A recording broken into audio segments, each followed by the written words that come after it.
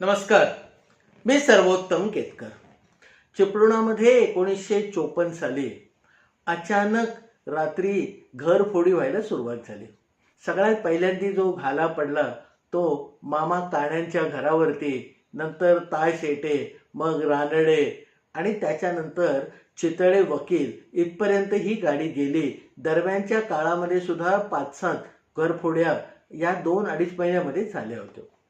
आता या घरफोड्या झाल्यानंतर नागरिक पहिल्यांदा घाबरून गेले, मग हवालदिल झाले आणि एकंदर पोलीस यंत्रणेवर तसा दबाव निर्माण व्हायला सुरुवात झाली. त्यावेळेला वाघमारे नावाचे पोलीस इन्स्पेक्टर म्हणजे सिनियर PI चिपळूणच्या पोलीस यंत्रणेचा कारभार बघत होते. त्यांनी या घरफोड्यांचं सत्र सुरू झाल्यानंतर साहजिकच त्यांच्या दृष्टीने ज्या ज्या उपाययोजना हव्या होत्या त्या लगेच करायला सुरुवात केली. रात्रीची गस्त वाढवली. अनेक प्रकारे पोलिसी यंत्रणा ज्या पद्धतीने काम करते त्या सगळ्या पद्धती एका सुरात आणि एकाच वेळी अवलंबायला या वाघमारे साहेबांनी सुरुवात केली. सगळ्यात महत्त्वाचं म्हणजे रात्री होणाऱ्या घरफोड्यांच्या वर अंकुश लागावा म्हणून याने रात्रीची गस्त सुरू केली.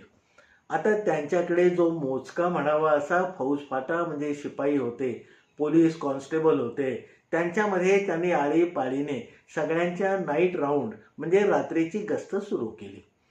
त्यावेळेला कलमस्ते, कदम आणि भोसले असे 3 जण म्हणजे पोलीस कॉन्स्टेबल लगातार रात्रीच्या वेळेला चिपळूण शहरामध्ये गस्तीचं काम करत होते. 1954 सालचा तो काळ. त्यावेळेला इतकी अद्ययावत म्हणावी अशी वाहन किंवा अन्य कोणतीही यंत्रणा या पोलीस यंत्रणेकडे नव्हती. त्यामुळे हे कदम, भोसले आणि कलमस्ते तिघे जण पोलीस खात्याने दिलेल्या सायकलीवरून हातामध्ये एक विजेरी म्हणजे टॉर्च आणि एक काठी घेऊन गस्तीचं काम करत होते. मध्ये मध्ये 2-4 दिवस चांगले जात, मग परत कुठेतरी दरोडा पडे, मग परत 2-4 दिवस काही होत नसे, परत दरोडा पडे. वाघमारे साहेबांनी शिकस्तीचा प्रयत्न करू नये या दरोडेखोरांच्या दरोडे घालण्याला मात्र आळा काही बसत नव्हतं. कलमस्ते, कदम आणि भोसले यांच्यापैकी हे कलमस्ते नावाचे जे पोलीस कॉन्स्टेबल होते ते असेच एकदा रात्री गस्त घालत असताना कन्या शाळेच्या बाहेर असलेल्या एका ओट्यावरती 5-7 माणसं लाईनीने बसलेली त्यांना दिसली. त्या सगळ्यांनी आपल्या अंगावरती घोंगड्या पांघरून घेतलेल्या होत्या आणि खाली मान घालून अर्धवट पेंगुळलेल्या अवस्थेमध्ये ही सगळी मंडळी बसलेली होती. कलमस्तेनी आपल्या हातातली विजेरी म्हणजे टॉर्चचा प्रकाश या सगळ्यांच्या तोंडावर पाडला आणि पोलिसी खाक्यामध्ये त्यांची चौकशी सुरू केली. तेव्हा त्या टोळक्याने सांगितलं की बाबा आम्ही वारकरी आहोत, आम्ही साताऱ्याहून निघालोय, खाली रत्नागिरीला चाललोय, वाटेमध्ये जरा दमलो म्हणून चिपळुणामध्ये 2-4 दिवस मुक्काम पडलेला आहे. आता त्याच्या कपाळावर असलेलं गंध, डोक्याचं मुंडासह गळ्यामध्ये असलेली तुळशीची माळ आणि पांघरलेली घोंगडी याच्यावरून कलमस्ते साहेबांना ते खरोखरच वारकरी असावेत असा त्यांचा समज झाला आणि त्यांनी आपली सायकल पुढे दामटली. पुढच्या 2-4 दिवसानंतर जे भोसले नावाचे दुसरे कॉन्स्टेबल रात्रीच्या वेळी गस्त घालीत होते त्यांना ही सगळी मंडळी ST स्टँडच्या मागच्या बाजूला एका जुनाट वाड्यावरती दिसली. त्याच्यानंतर कदम म्हणजे जे तिसरे गस्त घालणारे कॉन्स्टेबल होते त्यांनाही 1-2 वेळेला ही मंडळी दृष्टीमध्ये पडली. पण तिघांनीही त्याच्याकडे आणि त्यांच्या रूपाकडे पाहून त्याच्याबद्दल संशय आला नाही कोणालाही आणि त्यांनी जराशी दमदाटी करून त्यांना सोडून दिलं. त्याच्यानंतर वाघमारे साहेब या तिघांकडे जेव्हा रोजची चौकशी करत असत त्यावेळेला या तिघांनी आपण एकदा असं एक वारकऱ्यांचं टोळकं कुठे कुठे वेगवेगळ्या जागी बसलेलं आपल्याला आढळलं ते सांगितलं. वाघमारे साहेबांनी लगेच टाळा जुळवला आणि सांगितलं की बाबांनो, ज्या ज्या दिवशी तुम्हाला हे तुम्ही म्हणता ते वारकऱ्यांचं टोळकं बसलेलं कुठेतरी पेंगुळलेल्या अवस्थेमध्ये दिसलं त्याच दिवशी रात्री चिपळुणामध्ये कुठे ना कुठे दरोडा पडलेला आहे. त्यामुळे आता जर तुम्हाला कोणाला हे टोळकं कुठे जर बसलेलं दिसलं तर ताबडतोब तिथून परत या आणि माझ्या घरातून मला नऊ उचलून घेऊन जा आणि त्या टोळक्याच्या समोर उभं करा. आता त्या पोलीस स्टेशनच्या वरिष्ठ अधिकाऱ्यांनी म्हणजे सिनियर PI वाघमारे साहेबांनी हे सगळं सांगितल्यावर दुसऱ्या दिवसापासून आपण हे अंमलामध्ये आणायचं असं या तिघांनी म्हणजे भोसले, कदम आणि कलमस्तेने ठरवलं. 2 दिवस व्यवस्थित गेले. त्याच्यानंतर तिसऱ्या दिवशी गस्त घालत असताना परत एकदा या कलमस्ते कॉन्स्टेबललाच तेच टोळकं परत एकदा मामा काण्यांच्या हॉटेलच्या बाहेर दिसलं. आता यावेळेला त्याला काही चौकशी करायचं काम नव्हतं. त्यांनी ते टोळकं तिथे आहे असं म्हटल्यावर त्याची खात्री परत एकदा करून घेतली आणि सायकल आपली उलट्या दिशेने आणली आणि मोडकांच्या चाळीमध्ये त्यावेळेला हे वाघमारे जिथे राहत होते तिथे हे कलमस्ते कॉन्स्टेबल आले. रात्री 12:30-1च्या दरम्यान दाराची कडी वाजवून या कलमस्ते कॉन्स्टेबलनी वाघमारे PI ना म्हणजे सिनियर PI ना उठवलं आणि त्यांना सांगितलं की साहेब आत्ताच मला ते टोळकं मामा काण्यांच्या हॉटेलच्या बाहेर बसलेलं दिसलंय. वाघमारे साहेबांनी तातडीने आपले कपडे चढवले म्हणजे युनिफॉर्म चढवला, हातामध्ये काठी घेतले. त्याच्याच बरोबर सुरक्षेसाठी त्यांचं जे सर्व्हिस रिव्हॉल्वर होतं म्हणजे पिस्तूल बंदूक तेही आपल्या कमरेला लावलं आणि दुसऱ्या सायकलवर टांग टाकून लगाबगे हे कलमस्ते कॉन्स्टेबल बरोबर वाघमारे साहेब हे काणे मामांच्या हॉटेलच्या बाहेर हजर झाले.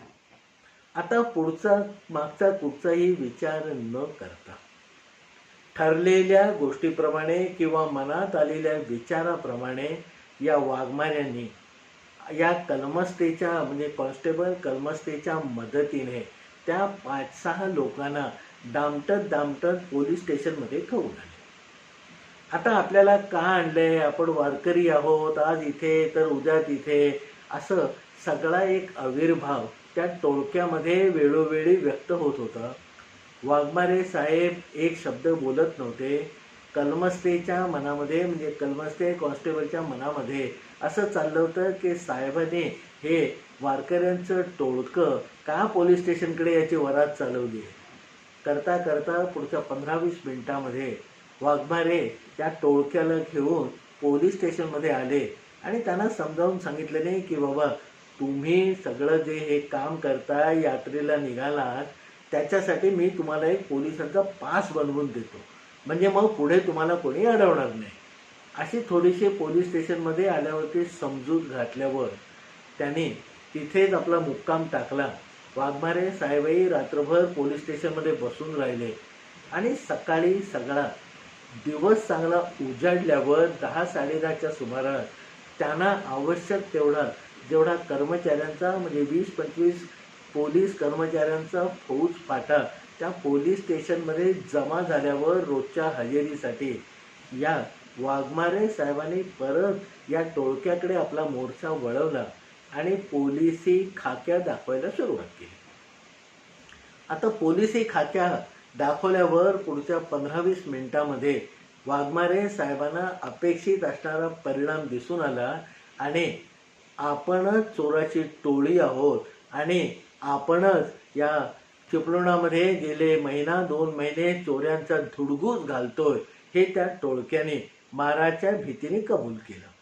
वाघमारे साहेबांचा जीव भांड्यात पडला, पण आता घोंगडी अंगावर पांघरून बसणं आणि कुठेही लपून बिपून न बसता कुठेतरी उघड्यावरच 5-6 जणांचं हे टोळकं बसतं आणि नंतर रात्री दरोडा घालून पसार होतं, हे वाघमारे साहेबांना थोडंसं वेगळं वाटलं. म्हणून त्यांनी त्याचे अधिक कसून म्हणावे अशी चौकशी सुरुवात केली. त्याच्यावर या टोळक्याने जे सांगितलं ते सगळ्या पोलीस यंत्रणेने त्यांच्या आयुष्यामध्ये कदाचित पहिल्यांदाच ऐकलेलं असेल. वाघमारे साहेबांच्या समोर या टोळीने आपलं जे गुपित उघडं केलं ते कदाचित सगळ्यात पहिल्यांदा या पोलीस यंत्रणेसमोर उघड झालं असावं 1954 साली. थोडासा मार पडल्यावर समोर बसलेल्या टोळीने आपली कहाणी सांगायला सुरुवात केली की म्हणे खरोखरच आम्ही साताऱ्यामध्ये राहतो, साताऱ्यातून खाली उतरलेलो आहोत आणि गेल्या 2-2.5 महिने इथे आम्ही धुमाकूळ घालतो. आमचे एक चोरी करायची विशिष्ट पद्धत आहे. म्हणे असं आहे की रात्री साधारणपणे 2-2.5 तासांचा काळ असा असतो की सगळी माणसं अतिशय गाढ निद्रेमध्ये असतात आणि चोरी करण्यासाठी हा काळ चोरांच्या दृष्टीने अतिशय उत्तम असतो. आता मी आपल्याला ही जी गोष्ट सांगतोय ती 1954 सालातली आहे. त्यावेळेला रात्री किती वाजले बघायला कोणाकडे सरसकट अशी काही घड्याळ नसायची. त्यामुळे या चोराच्या टोळीने सांगितलं की आता ही गाढ निद्रेची वेळ झाली हे कसं ओळखायचं किंवा कसं ताडायचं, याच्यासाठी आमच्या गुरुने म्हणजे त्यांचा जो कोण शिलेदार होता त्याने एक गंमत किंवा गोष्ट यांना सांगून ठेवलेली होती. त्यांनी सांगितल्याप्रमाणे म्हणे आम्ही आमच्या टोळीतले हे 5-7 जण जे आहोत ते लाईनशीर असे बसतो, अंगावर घोंगड्या घेतो, हातामध्ये आपला एक टेनिसचा बॉल असतो तेवढ्या आकाराचा एक एक दगड घेऊन हात घट्ट धरून आम्ही झोपतो म्हणे. आता वाघमारे साहेबांना हे थोडं अतर्क्य म्हणावं असं वाटायला लागलं, कारण चोरी करण्यासाठी निघालेलं चोरांचं टोळकं रात्री झोपतं याच्यावर त्यांना विश्वास बसेना. पण आता हे समोरची मंडळी काय सांगतायत ते त्यांना पूर्णपणे सांगू द्या असा विचार करून वाघमारे साहेबांनी आपल्या मनामध्ये आलेले सगळे विचार आपल्या मनामध्येच ठेवले आणि पुढचं बोलणं ते अधिक लक्षपूर्वक ऐकायला लागले. तर त्या टोळक्याने पुढे सांगितलं की असे आम्ही हातामध्ये दगड धरून अक्षरशः झोपतो आणि जेव्हा गाढ निद्रेची वेळ येते म्हणजे रात्रीचा तो प्रहर जेव्हा सुरू होतो त्यावेळेला आमच्या हातातल्या कोणाचा तरी दगड झोप लागल्यामुळे पटकन खाली पडतो. आता तो दगड पडल्यावर त्याचा आवाज येतो किंवा हातातला दगड सुटल्याची भावना किंवा ती जाणीव झाल्यावर त्या माणसाला ही जाग येते. मग त्या आवाजाने उठलेले आम्ही सगळेजण एक अनुमान बांधतो की आत्ता चोरी करण्यासाठी सगळ्यात उत्तम प्रहर सुरू आहे, कारण आत्ता सगळ्यांच्या गाढ झोपेची वेळ झालेली आहे. कारण आमच्याच हातातला दगड आम्ही गाढ झोपेत गेल्यावर खाली पडलेला आहे.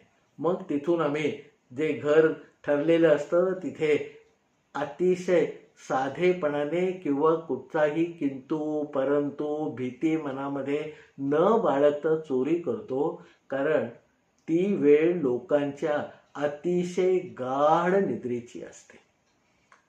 चोरी करतो, माल घेऊन आम्ही पसार होतो.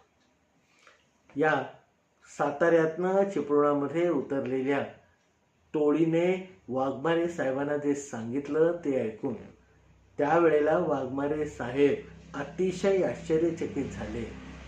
त्यांना त्या टोळीचं एका प्रकारे कौतुकही वाटलं की गाढ निद्रेची वेळ शोधून काढायची एक पद्धत त्यांनी चोरी करण्यासाठी का होईना पण स्वतःच्या डोक्याने विकसित केलेली होती. नेहमी आपण थट्टेने किंवा चर्चेमध्ये कधीतरी सहज म्हणतो की चोर हे पोलिसांच्या 2 पावलं पुढे असतात. आता 1954 साली ही गोष्ट खऱ्या अर्थाने पोलीस यंत्रणेमध्येच काम करणाऱ्या वाघमारे साहेबांना आणि त्यांच्या मागे उभ्या असलेल्या त्यांच्या सगळ्या पलटणीला खऱ्या अर्थाने पटली असेल. त्यांना पटलेली ती गोष्ट, ज्या गोष्टीवरती माझा एक कायम विश्वास आहे, त्या गोष्टीला ही दुजोरा देणारी, त्याला अधोरेखित करणारी आहे आणि ती म्हणजे सत्य हे कल्पनेपेक्षाही अद्भुत असतं.